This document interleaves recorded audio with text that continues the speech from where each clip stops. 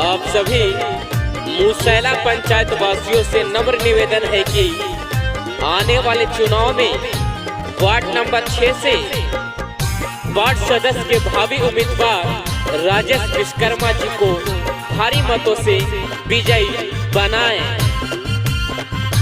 Ward सदस्य के हो चुनाव हो, राजेश भैया के जीताई है। वार्ड सदस्य के हो चुनाव हो, राजेश भैया के जीताई है। भैया के जीताई है, वार्ड सदस्य तू बनाई है। झांसा में ना के करो तू आई है हो, राजेश भैया के जीताई है। राजेश विश्वकर्मा जिंदाबाद जिंदाबाद जिंदाबाद, राजेश विश्वकर्मा जिंदाबाद जिंदाबाद जिंदाबाद, राजेश विश्वकर्मा जिंदाबाद जिंदाबाद जिंदाबाद। वार्ड नंबर 6 के जनता जिंदाबाद जिंदाबाद जिंदाबाद।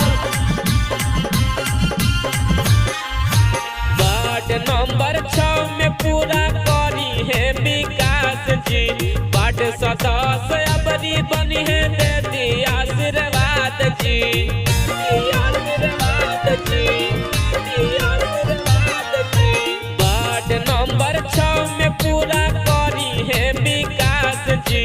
वार्ड सदस्य अबरी बनी है, दे दी आशीर्वाद जी।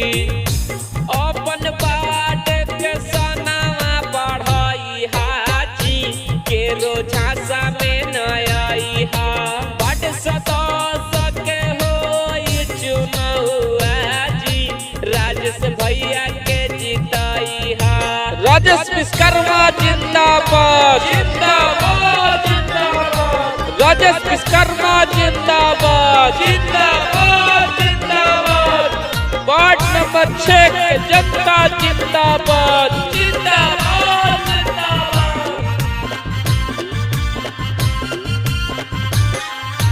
शिक्षित समाज सेवी संघर्षशील उम्मीदवार हो, राजेश विश्वकर्मा बनले वार्ड सदस्य उम्मीदवार हो।